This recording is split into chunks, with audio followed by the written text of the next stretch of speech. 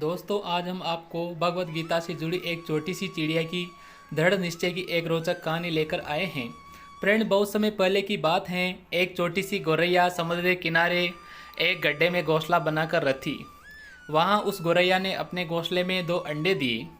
सुबह होने पर वह अपने अंडों को वहीं छोड़कर गौरैया दाना चुगने निकल गई। शाम को दाना चुगने के बाद जब गौरैया वापस आई तो उसने देखा उसके अंडे वहाँ नहीं थे। वह घबरा गई। उसने आसपास देखा परंतु उसे कोई नहीं दिखा। तब उस गौरैया ने समुद्र से पूछा, समुद्र, मैंने यहाँ अपने 2 अंडे रखे थे, क्या तुमने देखे हैं? समुद्र हंसते हुए बोला, तेरे अंडों का मुझे क्या पता। समुद्र के हंसने से गौरैया को अंदाज़ा हो गया कि उसके अंडे समुद्र ने ही चुराए हैं। वह समुद्र से बोली, तुम्हारे अलावा यहाँ कोई नहीं है, इसलिए तुम्हें ज़रूर पता है कि मेरे अंडे कहाँ हैं। तुमने ही मेरे अंडे चुराए हैं, मुझे मेरे अंडे वापस करो। गौरैया की वह बात सुनकर समुद्र को हंसी आई और वह अहंकार में बोला, मुझे नहीं पता तुम्हारे अंडे कहाँ हैं, ढूंढ सकती हो तो ढूंढ लो।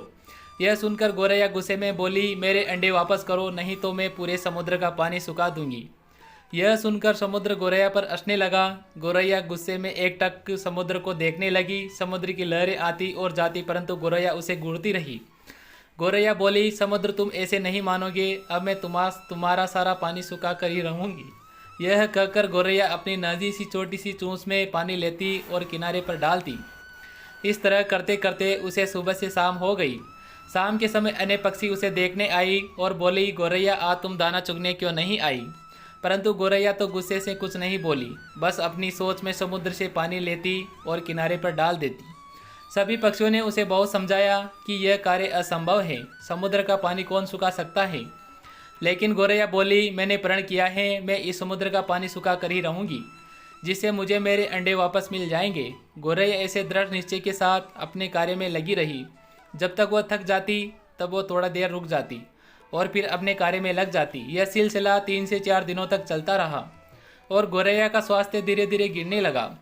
यह देखकर सभी प्राणी और पशु पक्षी हैरान थे। सबको उसी की चिंता होने लगी। तब सभी पक्षी मिलकर पक्षियों के राजा गरुड़देव के पास पहुँचे और उनसे बोले, महाराज, ये नन्ही सी गौरैया अपनी जिद पर अड़ी हैं और इतने विशाल समुद्र का पानी सुखाने का प्रयास कर रही हैं। यह सुनकर गुरुदेव समुद्र तट पर गौरैया के पास पहुँचे और बोले, गौरैया, क्या तुम हमारी मदद कर दे, हमारी चोंच कुछ बड़ी है।